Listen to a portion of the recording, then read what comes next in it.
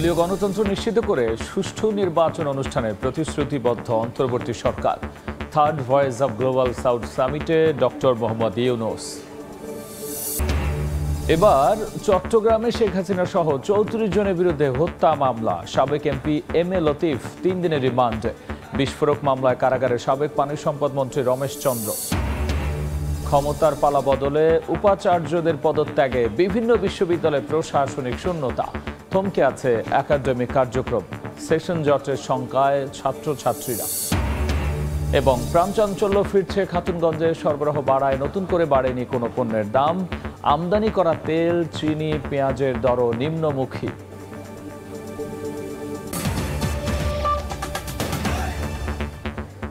বাংলার সময় সঙ্গে আছি আমি গোলাম রাব্বি। বাংলাদেশে অন্তর্ভুক্তিমূলক বহুদলীয় গণতন্ত্র নিশ্চিত করে সুষ্ঠু ও অংশগ্রহণমূলক নির্বাচন অনুষ্ঠানে প্রতিশ্রুতিবদ্ধ অন্তর্বর্তী সরকার। সকালে third voice of global south সামিটে ভার্চুয়ালি যোগ দিয়ে কথা জানান ডক্টর মোহাম্মদ ইউনূস। ভারতের প্রধানমন্ত্রীকে বাংলাদেশ সফরের আমন্ত্রণও জানিয়েছেন প্রধান উপদেষ্টা। দক্ষিণ এশিয়ার দেশগুলোর অংশগ্রহণে সভার উদ্বোধন করেন ভারতের প্রধানমন্ত্রী নরেন্দ্র মোদী। দক্ষিণ এশিয়ার দেশগুলোর সরকার প্রধানদের অংশগ্রহণে শুরু হয় তৃতীয় voice of global south summit. Virtual সভার উদ্বোধন করেন ভারতের প্রধানমন্ত্রী নরেন্দ্র মোদী। উদ্বোধনী বক্তব্যে দক্ষিণ এশিয়ার দেশগুলোর সঙ্গে অংশীদারিত্ব জোরদার করতে আহ্বান জানান নরেন্দ্র মোদী। সামিটের এবারের প্রতিপাদ্য একটি টেকসই ভবিষ্যতের জন্য একটি ক্ষমতায়ন গ্লোবাল সাউথ। পরে সামিটে বক্তব্য রাখেন বাংলাদেশের অন্তর্বর্তীকালীন সরকারের প্রধান উপদেষ্টা ডক্টর মোহাম্মদ ইউনূস। নির্বাচন ব্যবস্থা, বিচার ব্যবস্থা, স্থানীয় সরকার ব্যবস্থা, গণমাধ্যম, অর্থনীতি ও শিক্ষা ব্যবস্থার সংস্কার করা সরকারের অন্যতম কাজ উল্লেখ করে একটি সুষ্ঠু অংশগ্রহণমূলক নির্বাচন আয়োজনের প্রতিশ্রুতি দেন।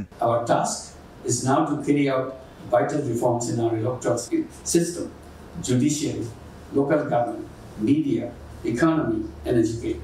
I is committed to ensuring a transition to an inclusive and pluralistic democracy and create an environment in which free, fair and participatory elections can be held. বাংলাদেশের আর্থিক সংস্কারের মাধ্যমে বৈষম্য দূর করে সম্পদের সুষম বন্টনের জন্য নতুন ডিজাইন তৈরি করতে চান ডক্টর মোহাম্মদ ইউনূস। তরুণদের সম্ভাবনা শক্তি কাজে লাগাতে চান তিনি। পাশাপাশি কার্বন নিঃসরণ, সম্পদের একাগ্রতা এবং বেকারত্ব শূন্যে নামিয়ে রাষ্ট্রপ্রধানদের বিশ্ব করার আহ্বান জানান তিনি। এক্ষেত্রে দক্ষিণ এশিয়ার দেশগুলোর সঙ্গে সম্পর্ক আরও দৃঢ় করার আহ্বান জানান। We can start with the vision of building a world of 3 zeros. If we give an important place for our social businesses, that is business which are created solely for fixing social and environmental problems, it can become a massive force if we work together. বক্তব্যের শুরুতে এবং শেষে সম্প্রতি বৈষম্য বিরোধী ছাত্র আন্দোলনের মাধ্যমে নতুন বাংলাদেশ গড়ার পথ তৈরি হয়েছে বলে জানান doctor Mohammad Yunus. Your Excellencies, I invite you to visit Dhaka soon. Otherwise, you may miss something very, very important for us. Much of the Dhaka has turned into graffiti capital of the world. সানবির রূপল, সময় সংবাদ, Dhaka. BDR বিদ্রোহে পিলখানা হত্যাকাণ্ডে শেখ হাসিনার বিরুদ্ধে সরাসরি জড়িত থাকার অভিযোগ তুললেন নিহতদের স্বজনরা। তাদের দাবি, পাশের দেশের সহযোগিতায় খুন করা হয় 57 জন ঊর্ধ্বতন কর্মকর্তাকে। দুপুরে রাজধানীর একটি হোটেলে সংবাদ সম্মেলন করে হত্যাকাণ্ডের সুষ্ঠু তদন্ত আর বিচার দাবি করেছেন তারা।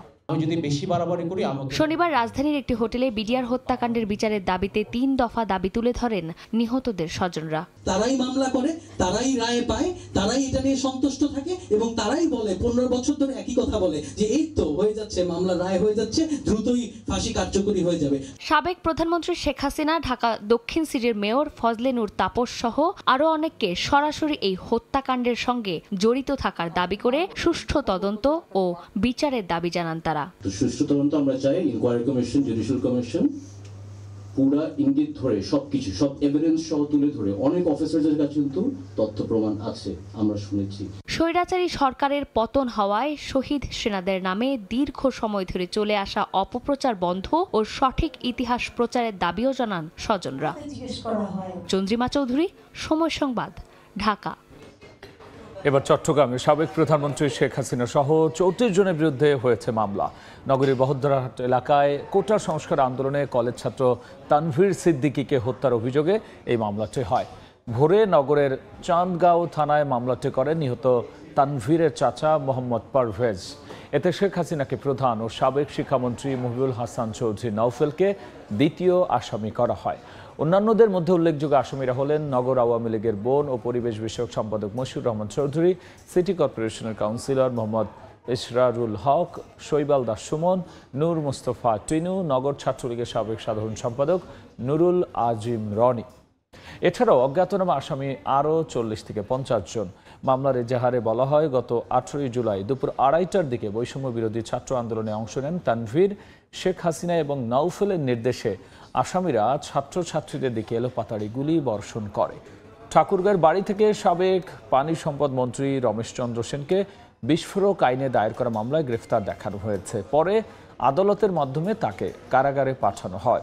স্থানীয় পুলিশ এ তথ্য নিশ্চিত করেছে। এদিকে চট্টগ্রামে বিস্ফোরক দ্রব্য নিয়ন্ত্রণ আইনের মামলায় গ্রেফতার হওয়া সাবেক এমপি এম এ লতিফের 3 দিনের রিমান্ড মঞ্জুর করেছেন আদালত। গণ অভ্যুত্থানে শেখ হাসিনার পদত্যাগের আগে পরে দেশ ছাড়েন বেশ কয়েকজন মন্ত্রী ও সংসদ সদস্য, তবে বেশিরভাগই দেশ ছাড়তে পারেননি। ক্ষমতায় থাকাকালে নানা অপরাধ ও অনিয়মের অভিযোগে এখন একের পর এক মামলায় গ্রেপ্তার হচ্ছেন তারা। এবার চট্টগ্রামের ডবলমুরিং থানায় বিস্ফোরক দ্রব্য নিয়ন্ত্রণ আইনের মামলায় রিমান্ডে সাবেক সংসদ সদস্য এম এ লতিফ। শনিবার দুপুরে চট্টগ্রাম মেট্রোপলিটন ম্যাজিস্ট্রেট জুয়েল দেবের আদালত শুনানি শেষে এই আদেশ দেন। এর আগে চট্টগ্রাম 11 আসনের এই সাবেক এমপিকে জিজ্ঞাসাবাদ করতে 8 দিনের রিমান্ড আবেদন করে পুলিশ, আর আসামিপক্ষে আইনজীবীরা রিমান্ড বাতিলের আবেদন করেন। উভয় পক্ষের শুনানি শেষে আদালত 3 দিনের রিমান্ড মঞ্জুর করেন। শনিবার ভোর 6:30টার দিকে নগরীর বাইজিদ বোস্তামি মাজার এলাকা থেকে গ্রেপ্তার হন এম এ লতিফ। এদিকে সাবেক পানি সম্পদ মন্ত্রী ও ঠাকুরগাঁও 1 আসনের এমপি রমেশ চন্দ্র সেনকে গ্রেপ্তার করা হয়েছে। শুক্রবার রাত 11টার দিকে সদরের রুহিয়ায় নিজ বাসভবন থেকে তাকে আটক করে পুলিশ হেডকোয়ার্টার্স ঢাকার একটি বিশেষ টিম। পরে তাকে স্থানীয় পুলিশের হেফাজতে রাখা হয়। শনিবার বিকেলে তাকে সদর থানায় করা বিস্ফোরক আইনের মামলায় গ্রেপ্তার দেখিয়ে আদালতে নেওয়া হলে কারাগারে পাঠানোর নির্দেশ দেন বিচারক। তৌফিক মাহমুদ, সময় সংবাদ। যাচাই বাছাই শেষে ভুয়া মুক্তিযোদ্ধা শনাক্ত হলে শাস্তির আওতায় আনা হবে বলে জানিয়েছেন মুক্তিযোদ্ধা বিষয়ক মন্ত্রণালয়ের উপদেষ্টা ফারুকী আজম। সকালে চট্টগ্রামের সার্কিট হাউসে স্থানীয় প্রশাসন ও আইন শৃঙ্খলা বাহিনীর সঙ্গে মতবিনিময় সভা শেষে সাংবাদিকদের প্রশ্নের জবাবে তিনি একথা বলেছেন। যাচাই বাছাই করে যাদেরকে সত্যিকার পাবো তারা থাকবে, আর যাদেরকে পাবো না তারা চলে যেতে হবে। রাষ্ট্রের সাথে প্রতারণার জন্য তাদেরকে শাস্তিও পেতে হবে। কী পরিমাণ মুক্তিযোদ্ধা সন্তানের চাকরি কোটার মধ্যে হয়েছে, আর মুক্তিযোদ্ধার কী অবস্থায় আছে, সংখ্যা কত, এবং কারা কারা মুক্তিযোদ্ধা হয়েছে, এই সমস্ত কিছু মানুষের কাছে, জনসাধারণের কাছে আমরা উন্মুক্ত করে দেব। বাংলার সময় আরও থাকছে। ভারী বর্ষণে খাগড়াছড়িতে পাহাড় ধস, বন্ধ থাকার 5 ঘন্টা পর ঢাকার সঙ্গে চট্টগ্রামের সড়ক যোগাযোগ স্বাভাবিক। বৈরী আবহাওয়ায় কক্সবাজারের সমুদ্রে নেমে নিখোঁজ পর্যটকের মরদেহ উদ্ধার। শিক্ষার্থীদের আন্দোলনের মুখে ঢাকা, চট্টগ্রাম সহ বিভিন্ন বিশ্ববিদ্যালয়ে উপাচার্য শীর্ষ কর্তারা পদত্যাগ করায় প্রশাসনিক শূন্যতা সৃষ্টি হয়েছে, থমকে গেছে একাডেমিক কার্যক্রম। এদিকে শীর্ষ কর্তারা পদত্যাগ করায় সরকার নির্ধারিত সময়ে অনেক বিশ্ববিদ্যালয় খোলা নিয়ে দেখা দিয়েছে সংশয়, আর সেশন জটের শঙ্কায় শিক্ষার্থীরা। বিস্তারিত তারিফ রহমানের রিপোর্ট। ছাত্র জনতার আন্দোলনের মুখে শেখ হাসিনা সরকার পতনের পর দেশের সব ক্ষেত্রেই সংস্কার চলছে। গত 10 আগস্ট থেকে চট্টগ্রাম বিশ্ববিদ্যালয় একে একে পদত্যাগ করেন উপাচার্য, 2 উপ-উপাচার্য, প্রক্টোরিয়াল বডি, সব হলে প্রদক্ষ ও ছাত্র উপদেষ্টা। বিশ্ববিদ্যালয়ে এখন কার্যত প্রশাসনিক শূন্যতা বিরাজ করছে। এমন অবস্থায় গত 7 আগস্ট বিশ্ববিদ্যালয়ের 552তম জৌলি সিন্ডিকেট সভায় গৃহীত সব সিদ্ধান্ত স্থগিত হয়ে গেছে। ওই সভায় আবেদনের ভিত্তিতে আবাসিক হলের আসন বরাদ্দ সহ 19 আগস্ট থেকে বিশ্ববিদ্যালয়ে ক্লাস শুরুর কথা বলা হয়েছিল। পাশাপাশি 16 আগস্ট থেকে শাটল ট্রেন চালু ও 18 আগস্ট থেকে আবাসিক হল খুলে দেওয়ার কথাও জানানো হয়। কিন্তু চলমান পরিস্থিতিতে শিক্ষার্থীদের তোপের মুখে পদত্যাগ করে বিশ্ববিদ্যালয় প্রশাসন। এতে স্থগিত হয়ে পড়েছে সব কার্যক্রম। প্রশাসন না এসে যদি আমাদের ক্লাস কার্যক্রম ফিরিয়ে না দেয়, তাহলে হচ্ছে আমাদের যে আমরা সেশন জোটের ভিতরে পড়ব। এরই মধ্যে গত 14ই আগস্ট বিশ্ববিদ্যালয় খোলার সিদ্ধান্ত স্থগিত করে বিজ্ঞপ্তি দেওয়া হয়। পাশাপাশি ক্যাম্পাসের সার্বিক নিরাপত্তা ও শৃঙ্খলা বিধানের স্বার্থে উদ্বুদ্ধ পরিস্থিতিতে আবাসিক হলসমূহে নতুনভাবে সিট বরাদ্দ না দেওয়া পর্যন্ত শিক্ষার্থীদেরকে আবাসিক হলে প্রবেশ না করার নির্দেশ দেওয়া হয়। বিশ্ববিদ্যালয়ের প্রশাসনিক ভবনে গিয়ে দেখা যায় রেজিস্ট্রার ও অ্যাকাউন্টস অফিস ছাড়া উপাচার্য উপ উপাচার্য সহ সব অফিস তালাবদ্ধ। এই মুহূর্তে কোনো উপাচার্য যদি না আসে, কোনো অভিভাবক যদি না আসে, তো বিশ্ববিদ্যালয়ের ক্লাস খোলা তো বা হল খোলা তো সম্ভব না। নতুন যোগ্য প্রশাসন নিয়োগের মাধ্যমে দ্রুত পরিস্থিতি স্বাভাবিক করে বিশ্ববিদ্যালয় খুলে দেওয়ার প্রত্যাশা শিক্ষার্থীদের। তারিফ রহমান, সময় সংবাদ, চট্টগ্রাম বিশ্ববিদ্যালয়। দেশের পরিস্থিতি স্বাভাবিক হতে শুরু করায় প্রাণ চাঞ্চল্য ফিরছে ভোগ্যপণ্যের অন্যতম বড় পাইকারি বাজার খাতুনগঞ্জে। সরবরাহ বাড়ায় নতুন করে দাম বাড়েনি কোনো নিত্যপণ্যের। স্বাক্ষর টিপুর ক্যামেরায় ফেরদৌস লিপির রিপোর্ট। দেশের ভোগ্যপণ্যের সবচেয়ে বড় পাইকারি বাজার খাতুনগঞ্জে বিভিন্ন বন্দর ও মোকাম থেকে আসছে নিত্যপণ্যবাহী ট্রাক ও কাভার্ড ভ্যান। শ্রমিকরাও ব্যস্ত পণ্য লোড আনলোডিংয়ের কাজে। দীর্ঘ অস্থিরতা কাটিয়ে প্রাণচাঞ্চল্য ফিরছে খাতুনগঞ্জে। পরিস্থিতি স্বাভাবিক হতে শুরু করায় টানা বন্ধে আর্থিক ক্ষতি কাটিয়ে ওঠার চেষ্টা ব্যবসায়ীদের। পর্যায়ক্রমে আরো স্বাভাবিক হলে আরো ব্যবসা বাণিজ্য আরো বৃদ্ধি পাবে। বুকিং দেয়া বেশ কিছু পণ্য এরই মধ্যে বাজারে এসেছে, ফলে তেল, চিনির মতো আমদানি ভোগ্যপণ্যের দাম পাইকারি পর্যায়ে কমতে শুরু করেছে। 142 টাকা এবারে লিটার পরে আর কি সয়াবিন খোলাটা সরবরাহ একদম প্রচুর, দাম প্রতিদিন 20 টাকা 30 টাকা প্রতি মনে কাটতেছে। এছাড়া বর্তমানে পাকিস্তান, তুরস্ক সহ বেশ কয়েকটি বিকল্প দেশ থেকে পেঁয়াজ আমদানি শুরু করেছে বাংলাদেশ। ফলে সরবরাহ বেশি থাকায় দামও নিম্নমুখী নিত্য প্রয়োজনীয় এই পণ্যটির। এছাড়া কেজিতে 3 থেকে 5 টাকা পর্যন্ত কমেছে রসুন ও আদার দামও। স্থিতিশীল আছে ডালের দরও। পেঁয়াজ এখন বিক্রি হচ্ছে 90 হতে 95 পর্যন্ত বিক্রি হচ্ছে। মটর ডাল বিক্রি হচ্ছে বর্তমানে 69 থেকে 70 টাকা। মসুর ডাল বিদেশিটা 100 থেকে 102 টাকা। চাকতাই খাতুনগঞ্জে প্রায় 5000 দোকান, আড়ত ও গুদামে প্রতিদিন 1 থেকে 1.5 কোটি টাকা পর্যন্ত লেনদেন হয়। চিরচেনা রূপে ফিরতে শুরু করেছে দেশের সবচেয়ে বড় পাইকারি বাজার খাতুনগঞ্জে। এখানে সরবরাহ যেমন বাড়ছে তেমনি বাড়ছে বেচাকেনাও। এক্ষেত্রে ব্যবসায়ীদের দাবি নগদ অর্থ সংকট নিরসন, পাশাপাশি পুলিশি পাহারা বাড়ানো। ফেরদৌস লিপি, সময় সংবাদ, চট্টগ্রাম। ভারী বর্ষণে খাগড়াছড়িতে পাহাড় ধসে বন্ধ থাকার 5 ঘন্টা পর রাজধানীর সঙ্গে চট্টগ্রামে যান চলাচল স্বাভাবিক হয়েছে। ফায়ার সার্ভিস জানায় সকালে খাগড়াছড়ি আলুটিলা সড়কের সাপমারা এলাকায় হঠাৎই পাহাড়ের বড় একটি অংশ ধসে পড়ে। এতে আটকে পড়ে বেশ কয়েকটি যানবাহন, বিচ্ছিন্ন হয়ে পড়ে রাজধানীর সঙ্গে চট্টগ্রামের সড়ক যোগাযোগ। ভোগান্তিতে পড়েন যাত্রী ও চালকেরা। খবর পেয়ে ফায়ার সার্ভিসের একটি ইউনিট ঘটনাস্থলে গিয়ে মাটি সরানোর কাজ শুরু করে। প্রায় 5 ঘন্টা পর স্বাভাবিক হয় সড়কে যান চলাচল। বাংলার সময় আরও থাকছে।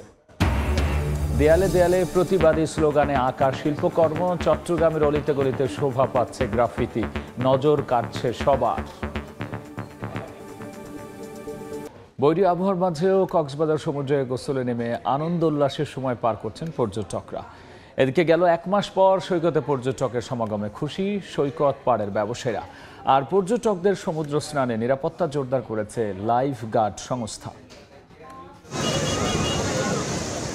সাগর উত্তাল, বিশাল বিশাল ঢেউ আছড়ে পড়ছে কূলে। আবহাওয়া অনেকটা বৈরী, মাঝে মাঝে হচ্ছে গুড়ি গুড়ি বৃষ্টি। আর সৈকতের বালিয়াড়িতে টাঙানো হয়েছে লাল নিশানা। দেশের পরিস্থিতি স্বাভাবিক হওয়া শুরু করায় কক্সবাজারে বাড়ছে পর্যটকের আগমন। বিশেষ করে সাপ্তাহিক ছুটির দিন হিসেবে সৈকতে কয়েক হাজার পর্যটকের সমাগম ঘটেছে। কেউ সাগরের ঢেউয়ের সঙ্গে, কেউ বা আবার বালিয়াড়িতে খেলছেন। ওয়েদারটা অনেক সুন্দর চলতেছে, যার কারণে আসলে রোদও নাই আর ঠান্ডাও না, অনেক সুন্দর একটা ওয়েদার, খুব মজা করতেছে। গত 1 মাসে আমাদের অনেক মনের উপর দিয়ে অনেক চাপ চলে গিয়েছে, তো এই জন্যই আমরা শুক্র শনিবারটাকে বেছে নিয়েছি। তো একটু ঝোড়ো আবহাওয়া আছে, তারপর আমাদের খুব ভালো লাগছে।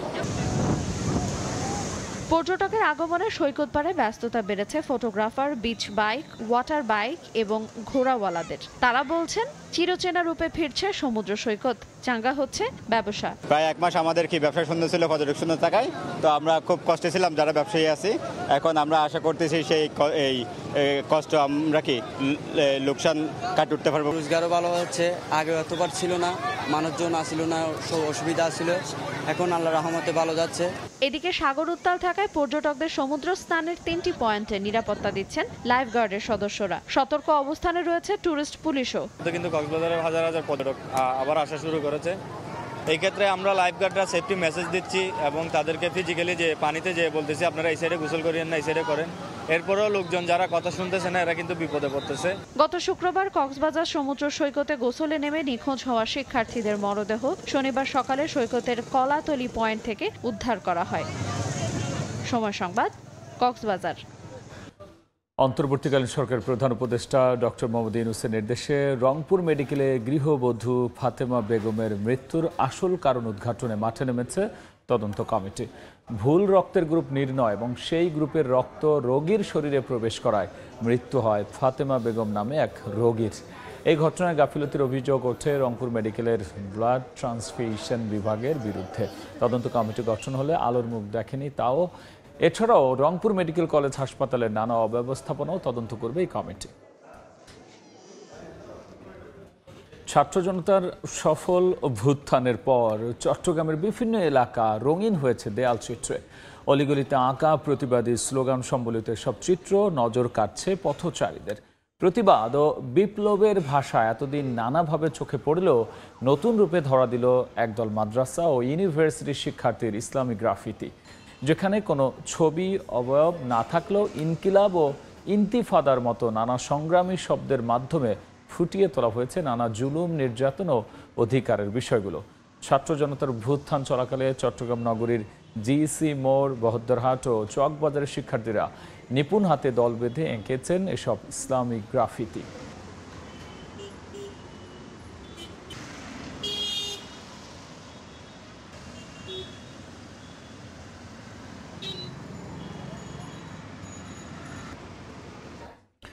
বাংলা সময়ের শীর্ষ সংবাদ জানিয়ে দিচ্ছে আরও একবার।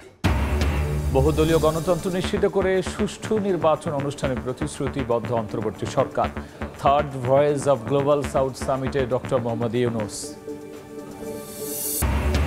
এবং এবার চট্টগ্রামে শেখ হাসিনা সহ 34 জনের বিরুদ্ধে হত্যা মামলা। সাবেক এমপি এম এ লতিফ 3 দিনের রিমান্ডে। বিস্ফোরক মামলায় কারাগারের সাবেক পানি সম্পদ মন্ত্রী রমেশ চন্দ্র।